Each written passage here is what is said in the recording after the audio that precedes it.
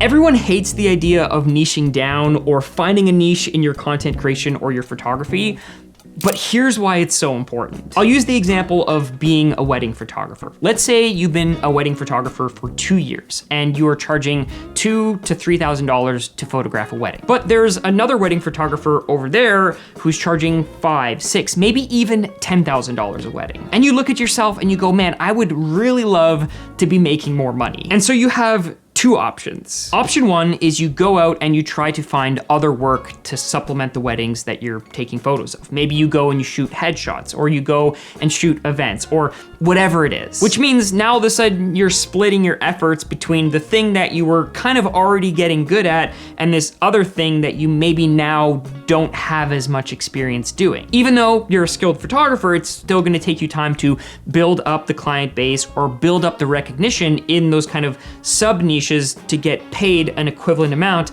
to what you were getting paid over here as a wedding photographer. Option two is you can look at your wedding photography, look at your base of clientele, look at your portfolio, and try to level that up. Meaning you can go out and you can get more wedding gigs, or you can try to level up the base of clients who are willing to pay you at those higher price tiers. And so instead of splitting your efforts to figure out, okay, what am I shooting this week? How do I price this headshot thing that I'm doing over here versus this wedding package that I'm doing over here? That is like two totally separate streams of consciousness, or two separate streams of thought and effort that you now need to focus on. So you can bring this back to content creation and say it's gonna be much more efficient or effective to you to build your authority, to build your reputation really strong in one area to the point where you're happy with it and you've maximized that potential. Kind of like with fitness, where you